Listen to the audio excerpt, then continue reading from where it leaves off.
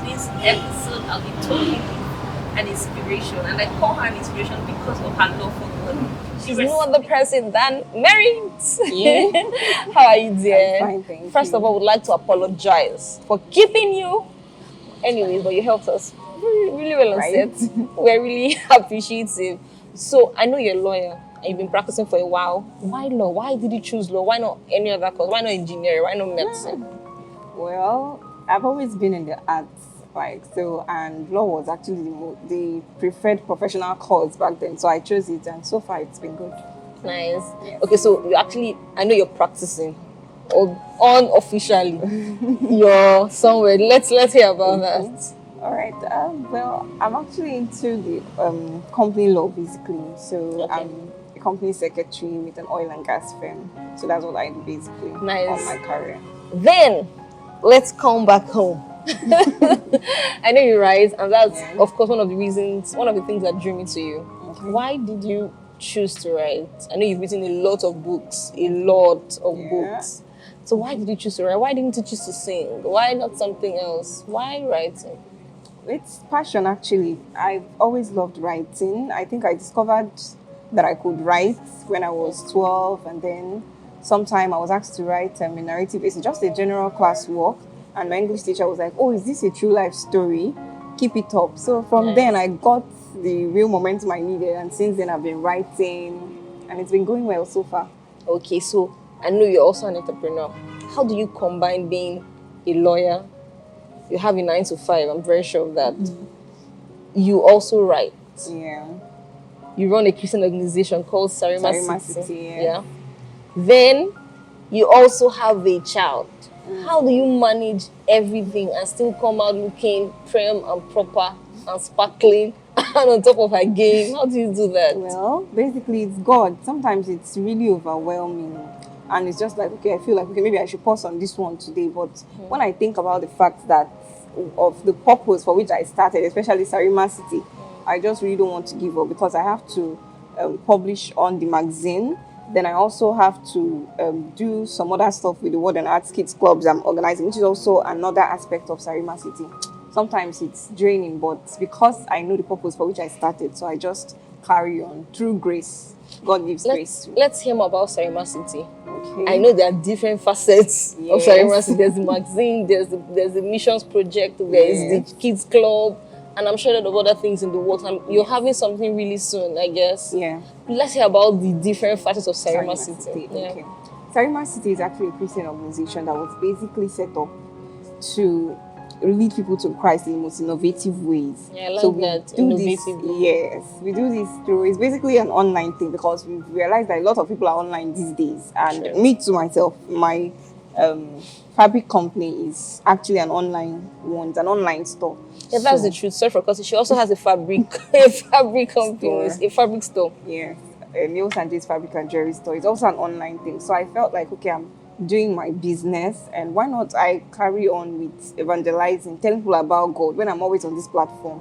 So I decided to put it out there, and I registered it sometime in April 2020. Yes. So Sarima City has different facets, such as the entertainment hub, where we tell short stories that lead people to Christ and also promote businesses.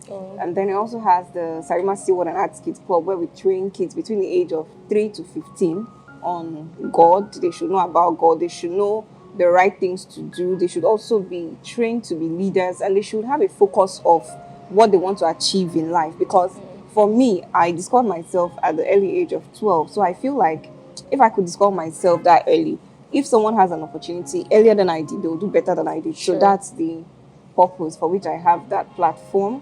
And the Sarima City magazine, we're trying to bring valuable content to people online.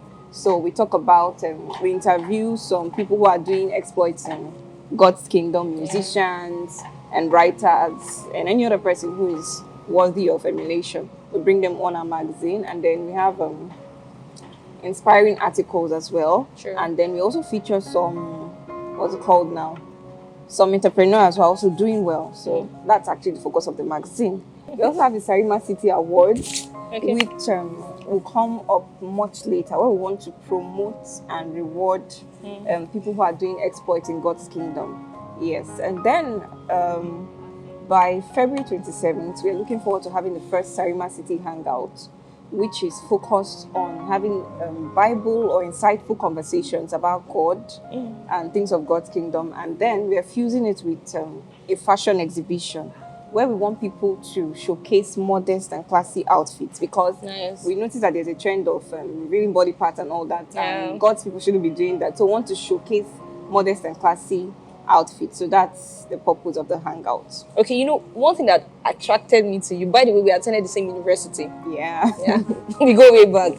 So, one thing that attracted me to you was, or is your relationship with God. Aside the fact that I like the fact that you write and I write too, and I think we've actually done some things together at some point. So, I want to hear about your journey, your relationship with God, how it started, how was the conviction, and how far, where do you see yourself in God's kingdom going forward? Okay, actually, first I was born in a Christian family. Yeah. That influenced my life somehow. And then, sometime when I was, I think about 12, someone gifted me this very small Gideon's Bible. So I was always reading it, and through my in-depth study of God's word, that was how I started building my relationship with God. And I just wanted to do things differently. And it was about the time where I discovered that I could write. So I was just intentional about my life from then, since I discovered God. And then, after having my child, actually, that was a turnaround point for me, because I faced some kind of setback, but I was able to forge ahead because I had God on my side and He strengthened me. And so far, I felt like, okay, since I was able to pull through a difficult situation like this, I should be able to carry people along. I should be able to tell people about God. I should be able to tell them of His mercies and His goodness in my life. So that's why I said I can't just... First of all, I was even doing Bible talks with Merit. Yeah, I remember that on IG. So, yes.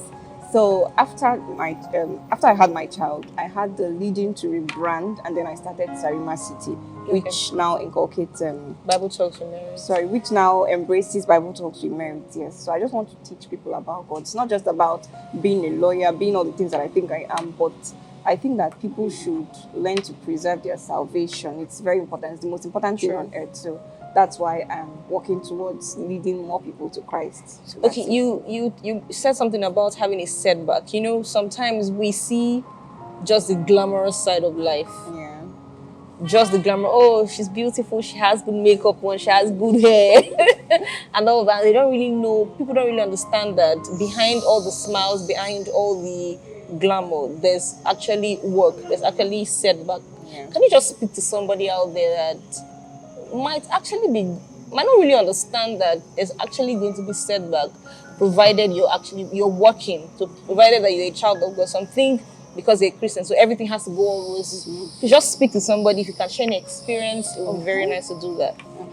Okay, basically, first of all, I used to feel like since I'm obedient, I'm doing God's word, I'm doing His work, I felt like my life should just be all through smooth and everything.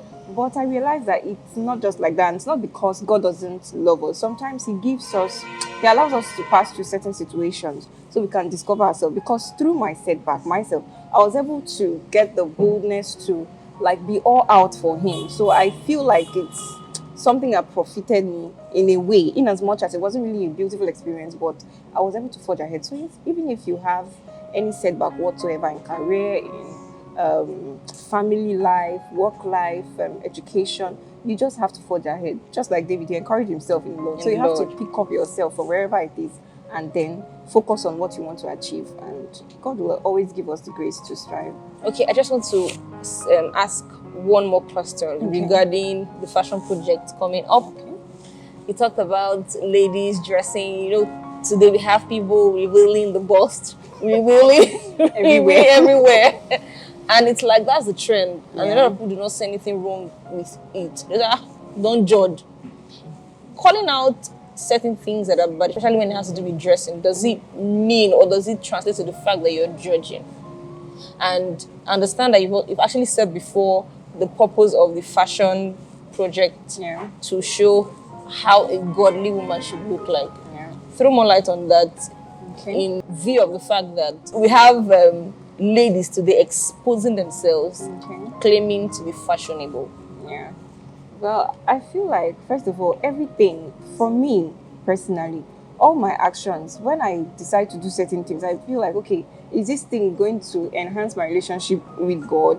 How I'm looking now, like, what is the next person? Are they going to be influenced by my actions in a way that they should feel like, okay, they should worship God? First of all, you live because you're living for God. You have a maker to please, and you have your salvation to preserve and everything. But also think about the person next to you. They might just see you and be like, oh, look at how she's dressed and all that. They feel like, okay, that's the right thing to do, but it's not so. We have to practice moderation, like Paul has always admonished us in everything that we do. So if we're dressing up, we shouldn't reveal our body parts. We can be trendy. In fact, there's this trend about pregnant women wanting to reveal their baby bumps and all that, but I'm not sure that it's called for. You can actually look trendy and classy in a very modest way. So that's why we're pushing for clothing yourselves in a classy and modest way through the fashion exhibition. The funny thing is, a lot of all these ladies that expose themselves on the gram, they preach God. They preach God so much, so much, and you be like, wait, I don't understand. How does this work? Does it mean that I can go naked and still tell somebody Jesus loves you, and the person is going to accept that Jesus actually loves them? It's quite fun because I've seen a lot of people, they're putting out content where they're almost nude, and they're saying the Lord is good all the time. Of course, God is always good. I'm trying to, sometimes I just stand and I'm like, how do we put two and two together to come up with the fact that you're exposing yourself and you're telling people that they should give their life to Christ? It doesn't just add up. Yeah, it doesn't add up. So I know you've written a book about albinism and all that. Can you just tell us more about it? Okay, basically the book is a collection of short stories which tried to create awareness on the need for people to stop discriminating against persons living in condition of albinism, because they are just people like us. Actually, in a place where I worked, I realized that some people applied to be employed at the firm where I worked, and there was this girl living in the condition of albinism, and my boss turned to me and was like, "No, this girl she's the best of all the candidates, but I don't really like albinos." I'm like, "There's nothing wrong with her. She's just like any other person." Say, no, he doesn't really like albinos. So from there, I just felt like, okay, I should talk about it. People should know more, like, so that they could stop discriminating against persons living in condition of albinism. Even when I did my master's program, my topic was still on discrimination against persons living with the condition of albinism. I want to create such awareness so that people will stop discriminating against them, because they're actually just normal human beings who can do anything that any other adult person can do. So how can we have access to this book? The book, okay, well, it's available on Buy Books in Port Harcourt. Okay. You can send them a DM on Instagram and they can purchase them. How about online for those? Online, okay, on Amazon. It's also available on Amazon Kindle store. You can buy them there, including Shores of Despair, the first one. Right, so are we expecting anything new in 2021? Yes, what's coming? By God's grace. I'm really looking forward to documenting my different experiences that I've had, which can influence people's decisions and actions. I'm trying to teach people God through my own stories. Yes, so I don't know if it's going to be published this year, but I know something is cooking. That's it. Okay. So, can you tell us your handle? How do we reach you? I like to follow Mary. Mary, she's fine. She's inspiring. How do we reach you? You can follow me on my Instagram page. I'm basically on Sarima City, and then my fabric page, Yos and J's. Though I have a personal page, but I'm thinking of scrapping that for now. So I'm focusing on Sarima City and Yos and J's. An inspiration. She doesn't want to put herself at all. At all.